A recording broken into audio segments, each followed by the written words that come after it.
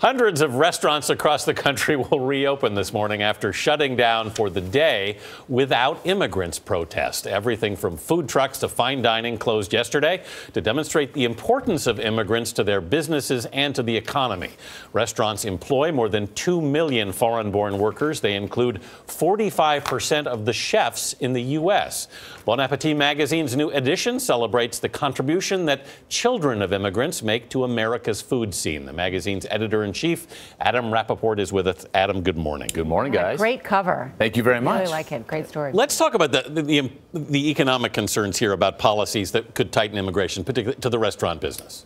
Well, you know, like I said, if you've ever been in a restaurant kitchen, you're going to hear a hell of a lot more Spanish or Korean or Chinese than you will English. And immigrants, as you know, they're basically the backbone of the restaurant industry. They're who are cooking your food. They're who are clearing your table. They are who make restaurants go.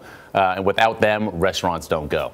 I love your first line that speaks to that, Adam. You said if you've ever spent your letter to the editor, your letter from the editor, if you've ever spent any time in a restaurant kitchen, then you know that workplace diversity isn't some HR initiative. It's just the way things are. Yeah. So talk, if you will, a little bit about the importance of what immigrants add to this community in the restaurant business, more than just cooking. Well, it's the fabric of our food scene in America, and I really believe that we have the most diverse and amazing food scene in the world. And we're saying, you know, if you're in Italy, you're eating Italian food 3 times a day. Yeah. Here, I'm going to Vietnamese one night, Thai the next, Italian after that, maybe a steakhouse. And the reason we have that diversity of food is because we have a diversity of people cooking that food. And it's something that we as food lovers can celebrate. And I honestly believe that for food lovers, this is not a political issue. It's just something that we should not take for granted, but we should celebrate.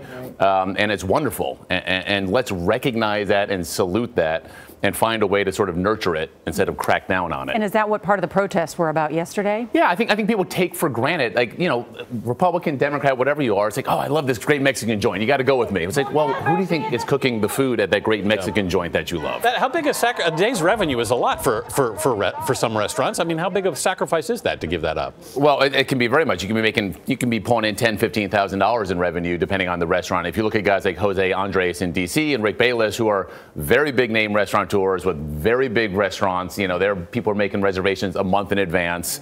You know, they are very in-demand places, and that is a big statement by someone like Jose, who owns multiple restaurants, to shut them down. He kept one open for those workers who felt like they needed to work a shift, or for some of his loyal customers that wanted to go to one of his restaurants. But if you're going to make a statement, you have to make a sacrifice. And these workers who are not making a lot of money, you work on the line at a restaurant kitchen, you're making $11 an hour. Sure. It's hard work.